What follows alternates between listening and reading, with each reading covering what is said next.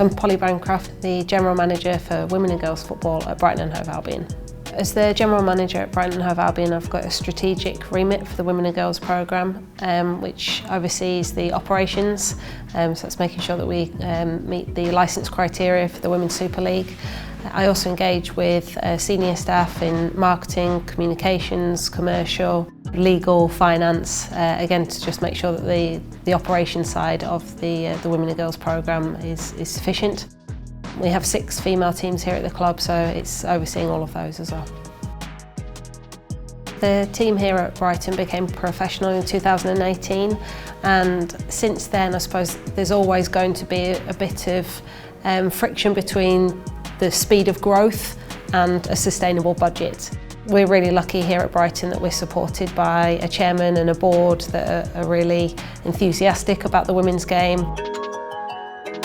We're sat here in an £8.5 million facility that's dedicated to the women and girls game. But I think that speed of growth, both within the league and internationally in terms of women's football, and comparing that to trying to be sustainable is always going to have a bit of friction.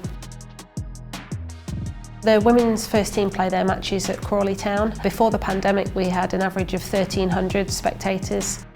Post-pandemic and the most current season we've got an average of 2,000, so we've actually seen an increase of about 47%, which has been great. We do know, however, that is a challenge, both to understand who our target audience is and how we increase attendances as well.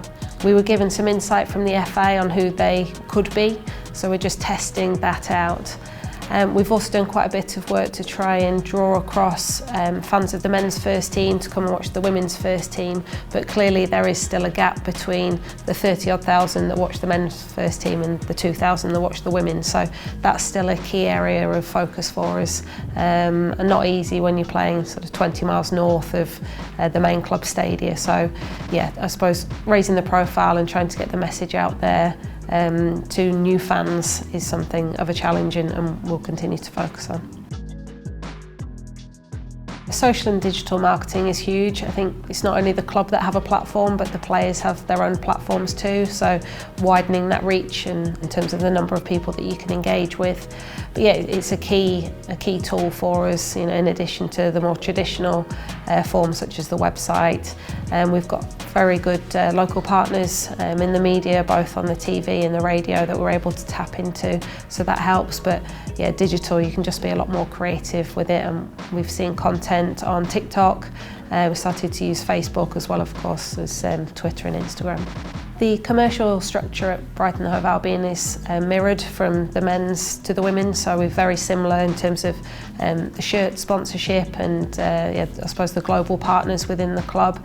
But we've started to see companies approach the club who are interested in just the women's. So we haven't quite got there yet, but I think certainly because of the recent broadcast deal and more interest in the women's game, you know, the phone is ringing rather than us being on the phone. So that's really positive, and we'll wait and see what the chairman decides that he wants to do with that one.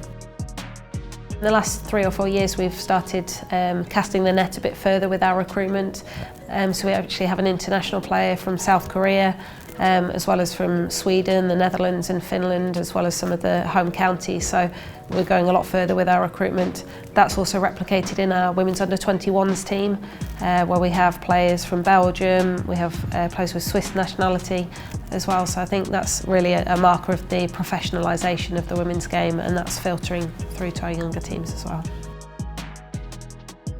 I think the development of the women's game in the next 5 years, I think we'll see a change in ownership of the league. So currently the Women's Super League sits under the FA's ownership and governance, but I think we'll see a transition away to maybe a third party delivering that.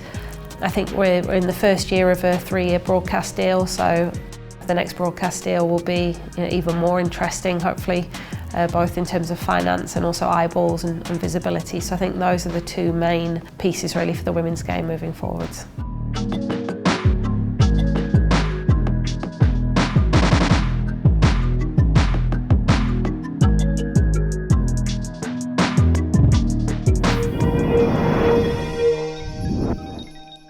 Get more from the Open University. Check out the links on screen now.